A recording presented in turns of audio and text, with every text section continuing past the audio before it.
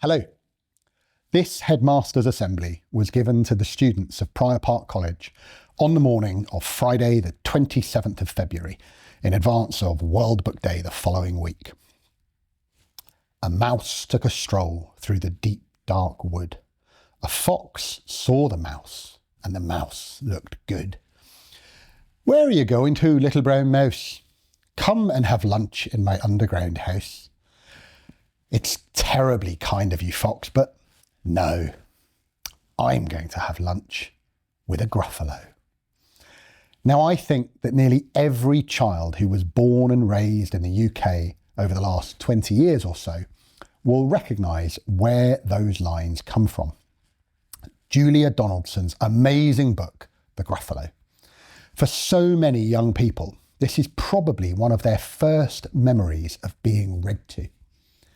I have astonishingly vivid recollections of having all four of my sons in their pyjamas, fresh from a bath before bedtime, and all snuggled up onto one big bed.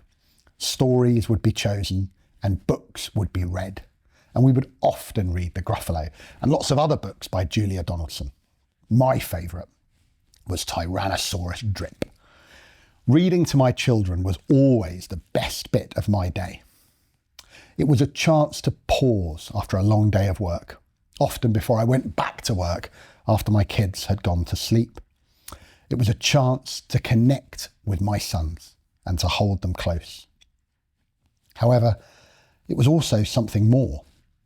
I don't think I quite recognised it at the time, but it was a chance to enchant them. To enchant is to weave a spell, to create a world through words and pictures in books. As my boys got older, the pictures grew fewer and the words got less poetic, but more detailed. But every single time I read to my sons, I felt I had the opportunity to create a world to enchant them with.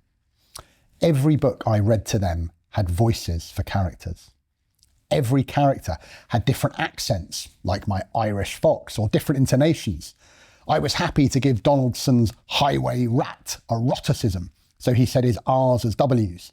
My highway wat's manners were waff and wooed, and he went widing, widing, widing, widing along the highway and stealing the traveller's food. George's grandmother, in Roald Dahl's amazing book, George's Marvellous Medicine, screeched, "George!" and made my sons jump about a foot into the air every time she did it. Children grow up and they stop being read to as they learn to read for themselves. Biff, Chip and Kipper were the books that my kids used to learn to read.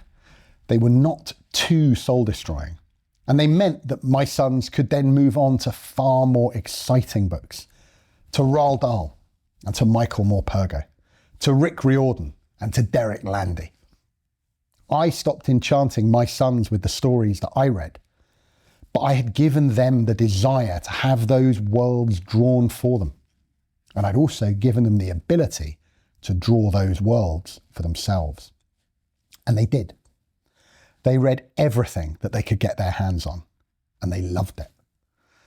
Now, they also loved their Nintendo Wii and playing video games. They also loved watching TV. Deadly 60 and Thomas the Tank Engine were huge favourites.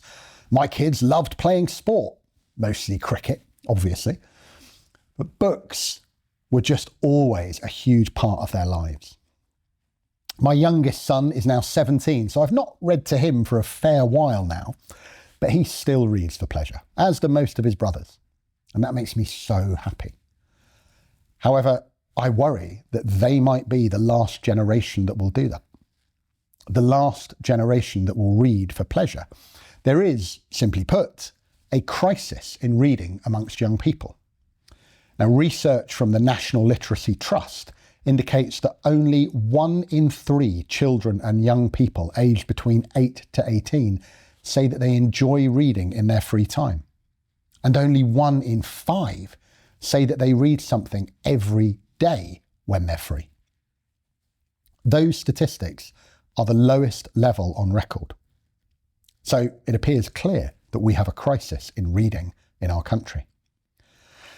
Now, some of you might predict what I'm going to say about the whys of the drop in literacy rates.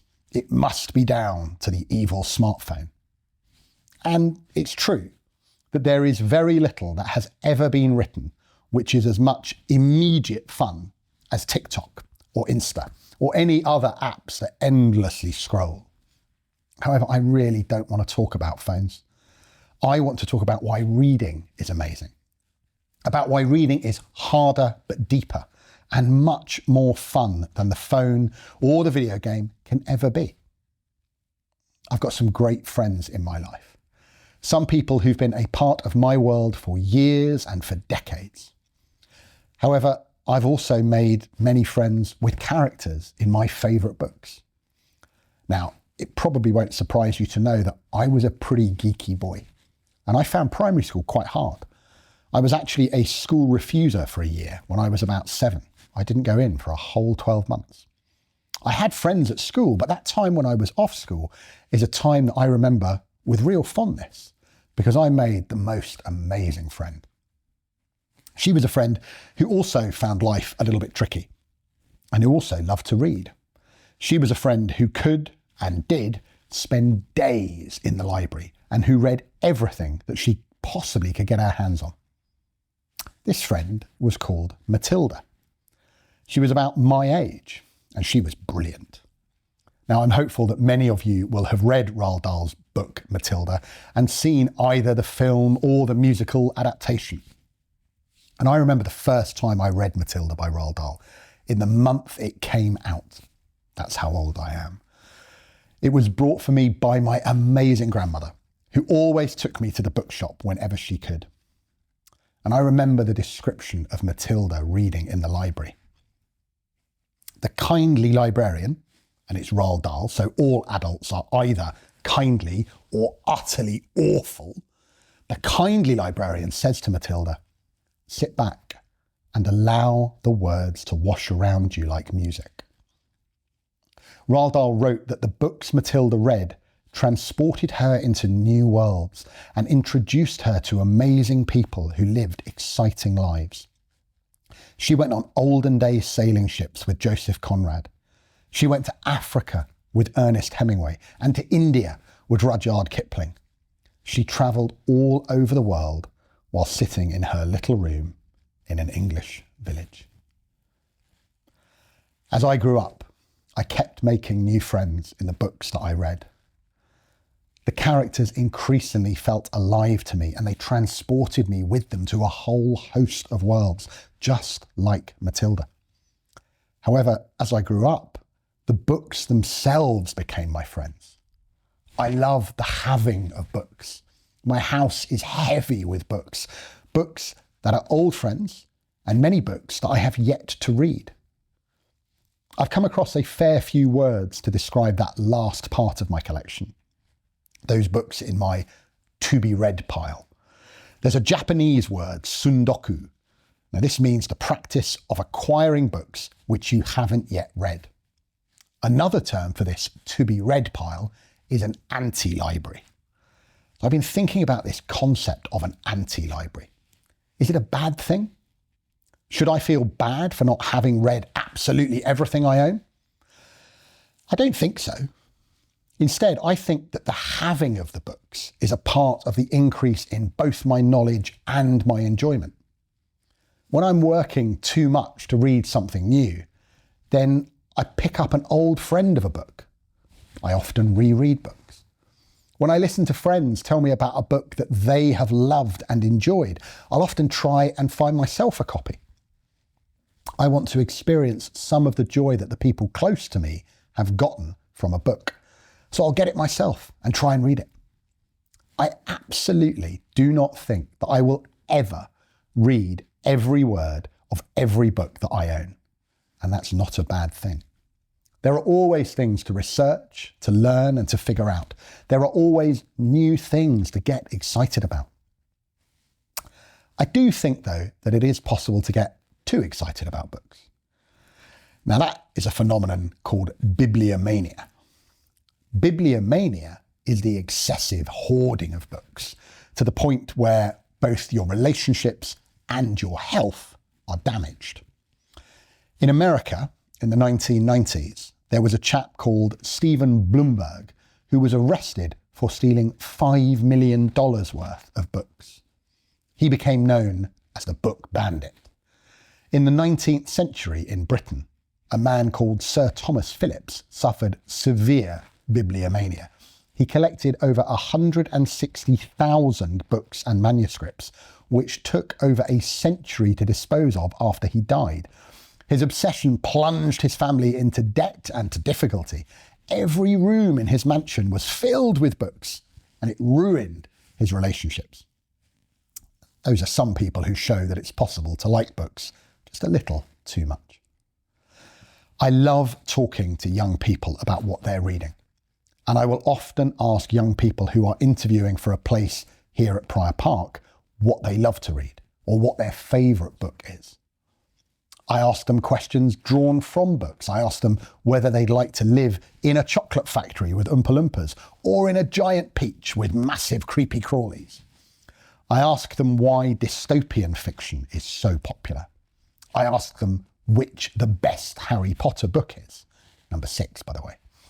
It's so much fun to explore the world of literature through the eyes of children. They adore books with pure, unabashed joy.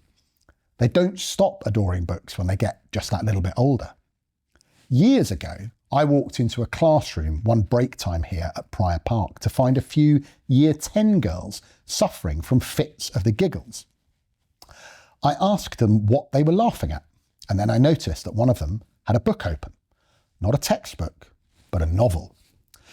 To cut a long story short, they were reading a book called The Duke and I by Julia Quinn. Now, some of you may be more familiar with this book, as it is the basis for the hugely popular Netflix series Bridgerton.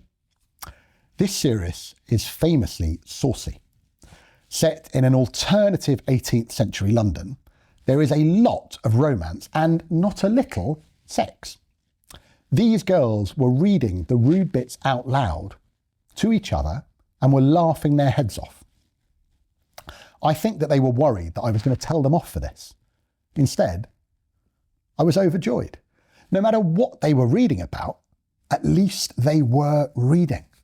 And I think that's an amazing thing and should never be told off. Books have power. Words have power. They have magic, and that magic must always be celebrated. Next Thursday, March the 5th, is World Book Day.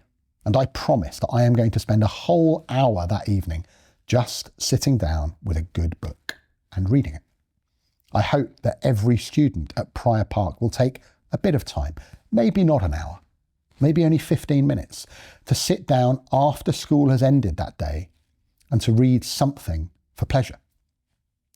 I know that once the fear of missing out what's going on their phone passes, they will enjoy it more than they will possibly be able to imagine. It will enchant them and it will engage them, I promise. Today, I'm not going to finish with a prayer. Instead, I thought I'd finish as I began, with the words of Julia Donaldson.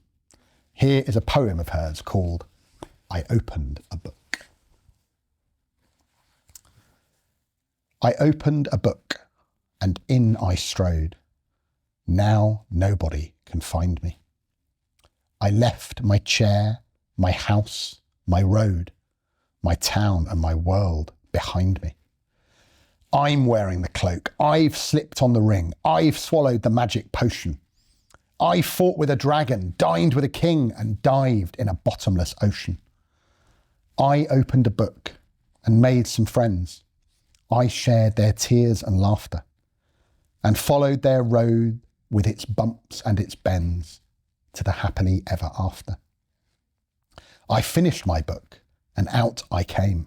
The cloak can no longer hide me. My chair and my house are just the same, but I have a book inside me. Thanks very much.